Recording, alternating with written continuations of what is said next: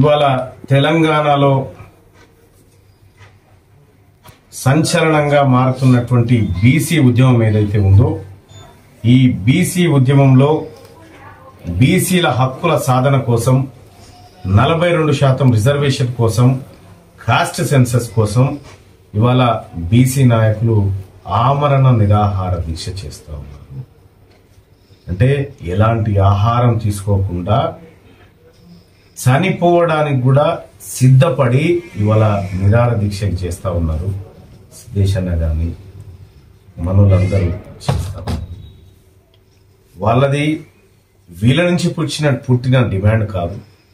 Congress party తనకు తానుగా నిర్ణయించుకున్నటువంటి ఒక అంశం 42% రిజర్వేషన్ అమలు చేస్తూ బీసీ డిక్లరేషన్ ప్రకటిస్తూ మా నాయకుడు మా ఫ్యూచర్ ప్రధాని రాహుల్ గాంధీ గారు డిక్లరేషన్ ప్రకటించడం జరిగింది.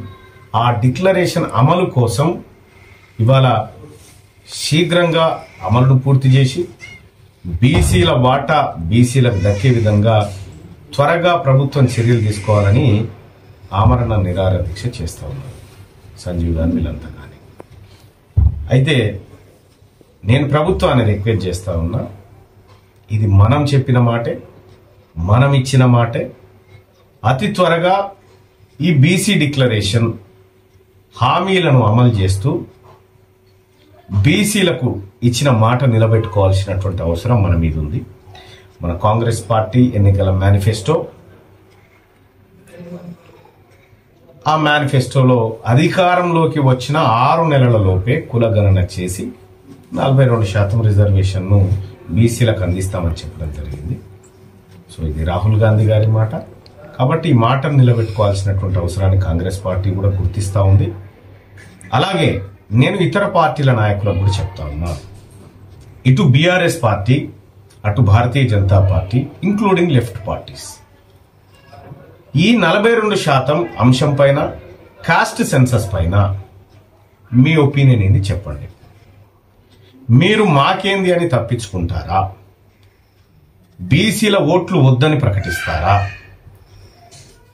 మాకు బీసీలు ఓట్లు వేయకున్నా పర్వాలేదని మీరు చెప్పగలిగితే, మీ పార్టీలు కనుక చెప్పగలిగితే మిమ్మల్ని అడగమిగా.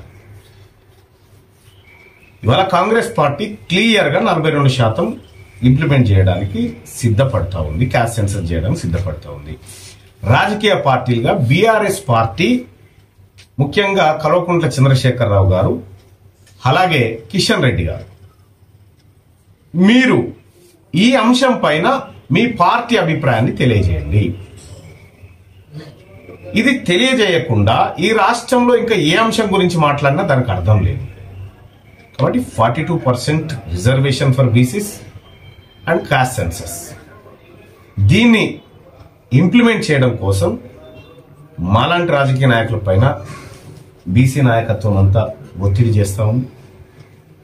అల్టిమేట్గా వారి ప్రయోజనాలు కాపాడాల్సిన బాధ్యత మా పైన ఉంది. కాబట్టి మిగతా రాజకీయ నాయకులు కూడా ఈ అంశం పట్ల 24 గంటల్లోగా మీ అభిప్రాయాన్ని తెలియజేయండి. మేము దాట వేసుకుంటూ పోతాం, మేము తప్పించుకుంటూ పోతాం, మేము బీసీలను ఇట్లనే విస్మరిస్తాం, మేము బీసీలను ఓటు బ్యాంక్గానే చూస్తాం అని మీరు భావిస్తే రాజకీయ సమాధి తప్పదు.